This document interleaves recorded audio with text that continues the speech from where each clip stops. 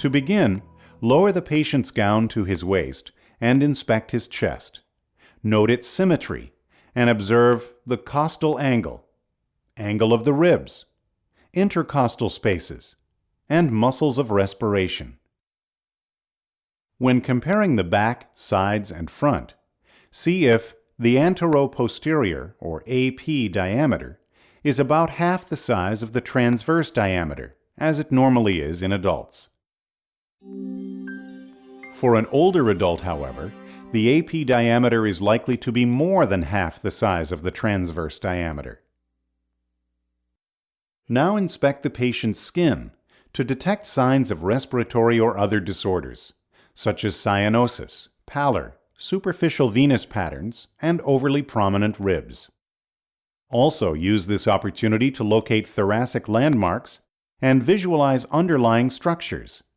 This will help pinpoint your findings later in the examination. Do the same for the patient's lateral thorax and posterior thorax. I'm going to take your pulse now. You can just relax and breathe normally. While palpating the patient's pulse, determine his respiratory rate, which usually is 12 to 20 breaths per minute. In a child, the respiratory rate normally is much faster, ranging from 20 to 40 breaths per minute for an infant to 16 to 20 breaths per minute for a 10-year-old.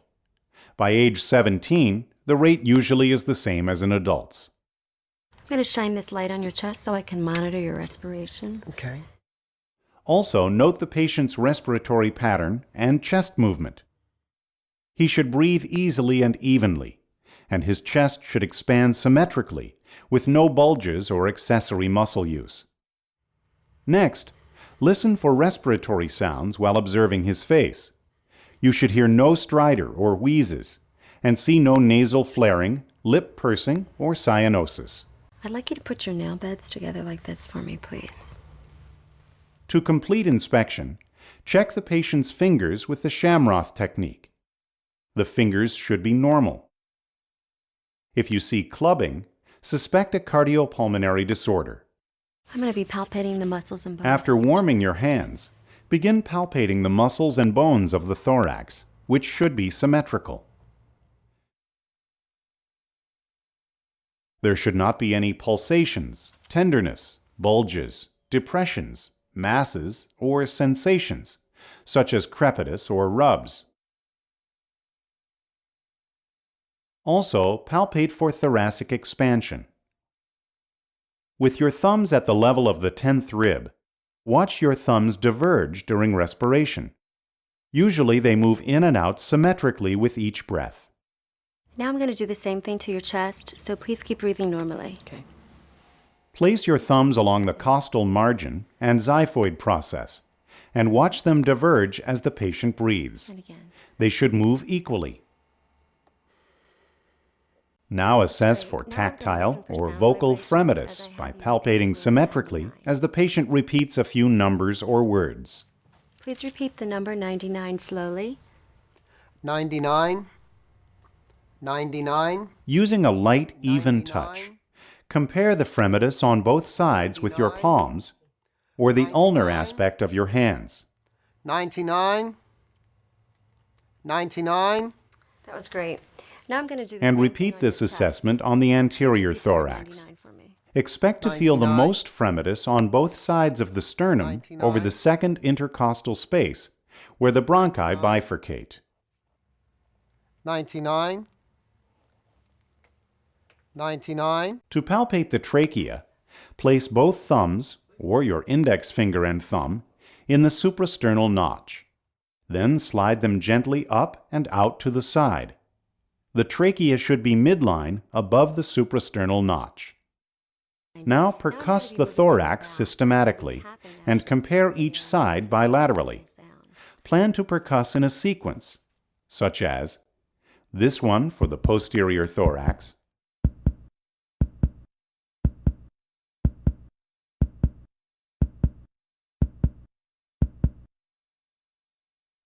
both sides of the lateral thorax,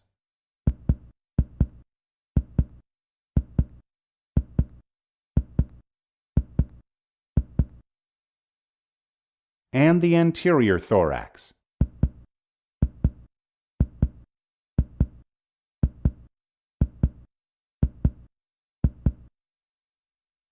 I need you to cross your arms across your chest and bend your head forward for me, please.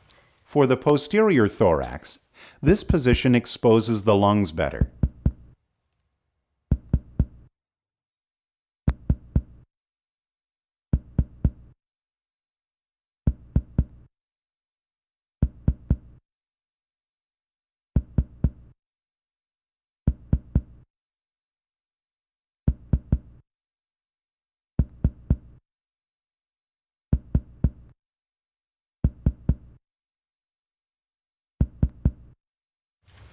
Now I'm going to have you raise your arms above your head. For the lateral and anterior thorax, this position offers better lung exposure.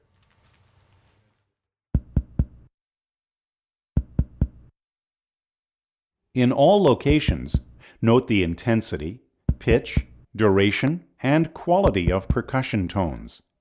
You should hear dullness over the ribs, heart, and diaphragm, and resonance over the lung fields.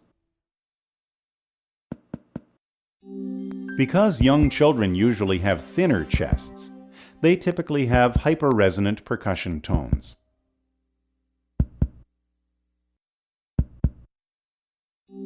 Similarly, older patients may display hyperresonance because of increased lung distensibility.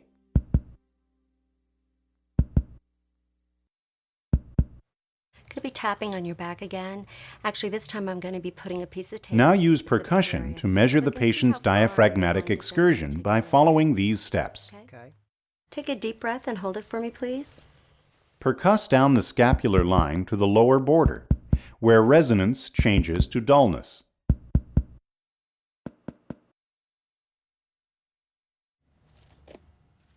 Mark that point with a piece of tape or a pencil. Good. You can breathe now, and when you're ready, we'll do it again. I'm ready. Okay. Take a couple of deep breaths.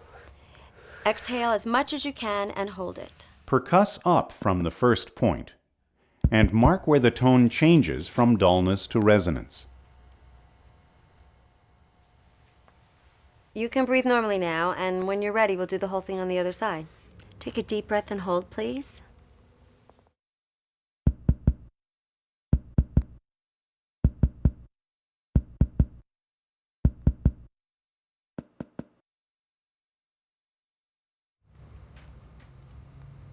Exhale and hold.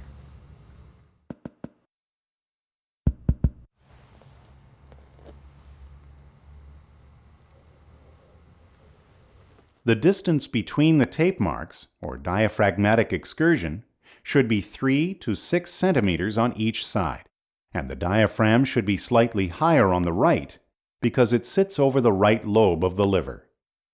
Next, auscultate the lungs, comparing sounds from side to side to assess the condition of the respiratory tract. Take your arms and put them under like that, and bend your head down. And I'd like you to take some deep breaths through your mouth.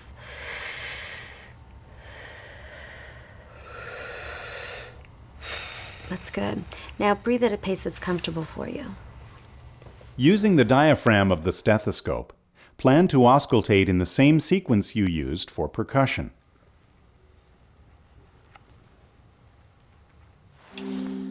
But for an older patient, plan to auscultate the lung bases first to detect common problems before the patient gets fatigued.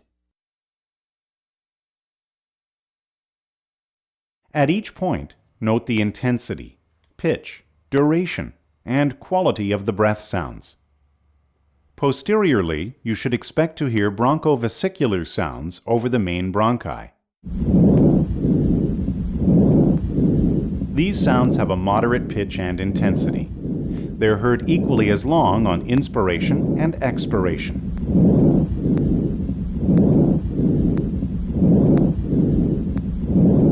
You should hear vesicular sounds over most of the lung fields. These low-pitched, soft-intensity sounds are heard longer on inspiration than on expiration.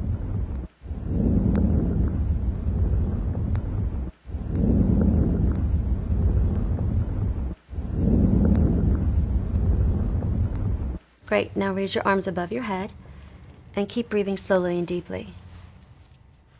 Laterally, you should hear vesicular sounds, which are especially prominent in the middle right lobe and left lingula in the axilli.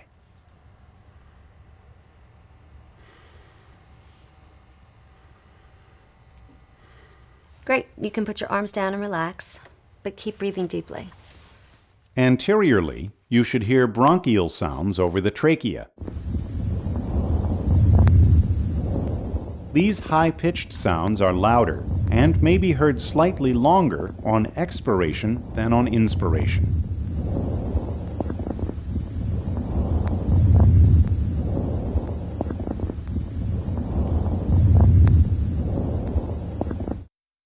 You should also hear bronchovesicular sounds over the main bronchi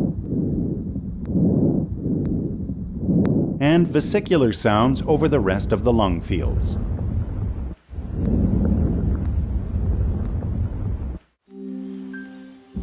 In a young child, you're apt to hear bronchovesicular sounds throughout the lung fields because the thin chest wall transmits sounds better. However, vesicular sounds may still be more prominent. As you auscultate, listen for adventitious or abnormal breath sounds. For example, you may hear crackles during inspiration. These discontinuous sounds may be high-pitched fine crackles,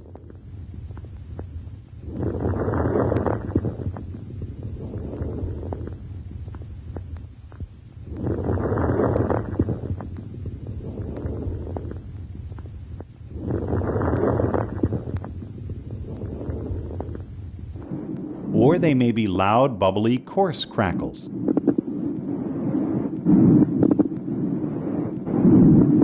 Rhonchi are continuous, deep, sonorous rumblings.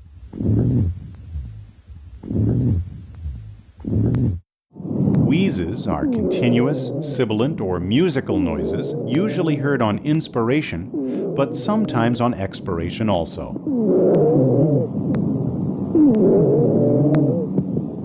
A pleural friction rub is a continuous dry grating sound.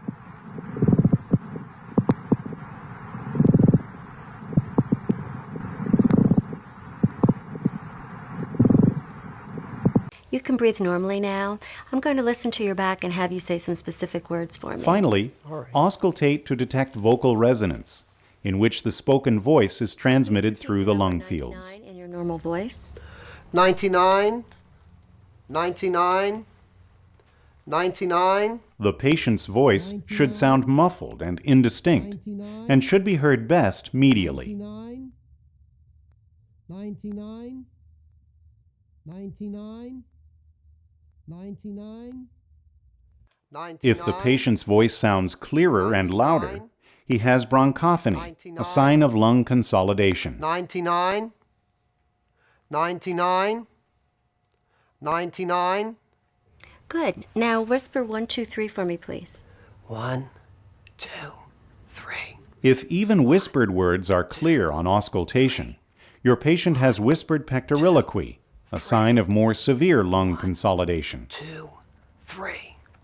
1, 2, 3. 1, 2, 3. One last thing. Please repeat the sound E. E, E, E. Normally, you should hear a muffled E sound. But if the patient's E's sound nasal and like A's, he has egophony, another sign of lung consolidation. As you've just seen, inspection, palpation, percussion, and auscultation can tell you a lot about your patient's lungs and thorax. By using these 4 techniques consistently, and by considering their findings along with the health history and diagnostic test results, you can assess your patients fully and accurately.